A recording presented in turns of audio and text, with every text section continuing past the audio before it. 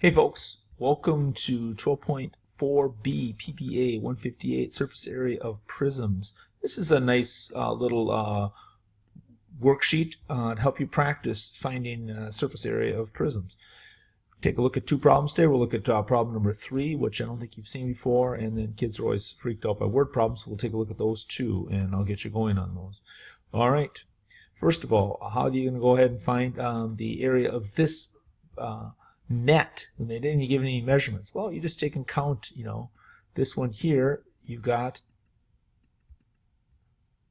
1, 2, 3 on your base, and your height of your triangle is 4, so 3 times 4 is 12. You divide that by 2, and you got 6.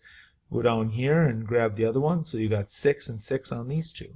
Same thing over on these sides. 1, 2, 3, 4, 5, 6, 7 tall, 3 wide.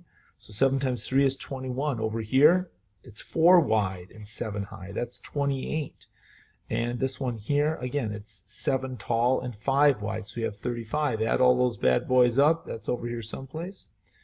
So you got your 2 6s, you got your 21, you got your 35, and your 98, and 28. You got a total of 96. So your surface area is 96, and I believe that was in units because there's no label. And then you just come over and you find 96, and I believe you cross it off. And then for each pair that you don't cross out that's left, you'll write the answers up here. Okay, let's keep rolling. Do one more here, the word problem. Frosted Crisp cereal comes in a box that measures 8 inches wide, 11 inches high, and 4.5 inches deep. How many square inches of cardboard are needed to make the box? Well, a couple of ways you can do this. Number one, you could just take and draw a pic here. It's here someplace.